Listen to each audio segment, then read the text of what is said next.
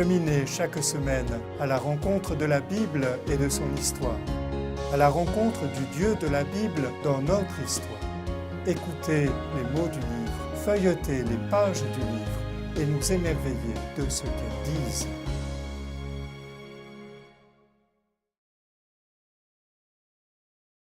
Perdre, retrouver et se réjouir. C'est le thème commun, tel un refrain, de 3 paraboles que Luc a rassemblées au chapitre 15 de son évangile.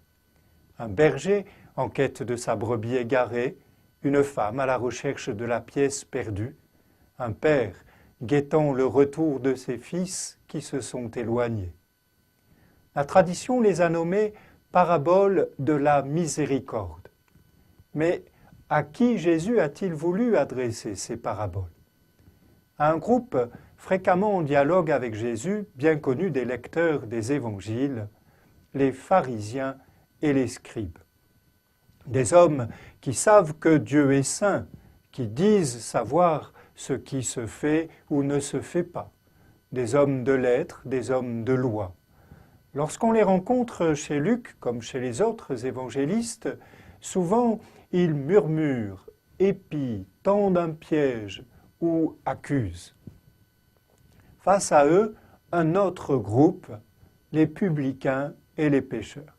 Pas fréquentables pour un sou, méprisables à souhait dans le regard des premiers.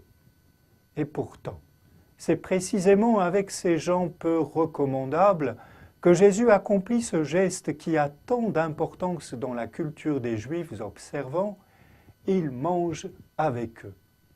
Jésus entre donc là en convivialité, en communion avec eux. Il partage leur intimité. Jésus va donc adresser la parole aux scribes et aux pharisiens qui réagissent si violemment. Loin de les mépriser, il voudrait en quelque sorte les amener plus haut, plus loin, plus au large. À partir de ces 3 belles paraboles, les auditeurs de Jésus sont d'abord invités à comprendre que si l'homme est capable de tout pour chercher ce qu'il a perdu, Dieu, a fortiori, ne peut que se mettre passionnément en quête de l'homme pour le ramener à lui, et c'est lui qui fait le premier pas.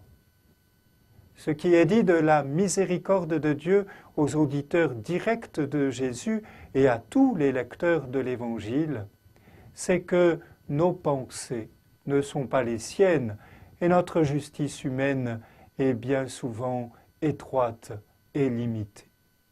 Les pécheurs n'éloignent pas Dieu, ne le dégoûtent pas. Il ne les perd pas de vue ni de cœur et les rejoint là où ils sont pour leur tendre la main et leur offrir le salut.